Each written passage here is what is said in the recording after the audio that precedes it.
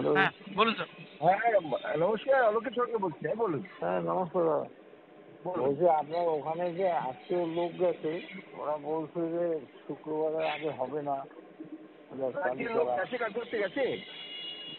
হ্যাঁ আচ্ছা, আমি কালকে কথা গেছিল বলছি। আজকে। হ্যাঁ, আপনি তো বলেন আমার কিন্তু কালকে মধ্যে চালু করে দিতে হবে। ঠিক আছে, আমি কথা বলে দিচ্ছি গ্যাসবিনকে, কালকে চালু করার ব্যবস্থা করছে। হ্যাঁ, ঠিক আছে, হ্যাঁ হ্যাঁ ঠিক আছে, ঠিক আছে। ঠিক আছে। ঠিক আছে গোপাল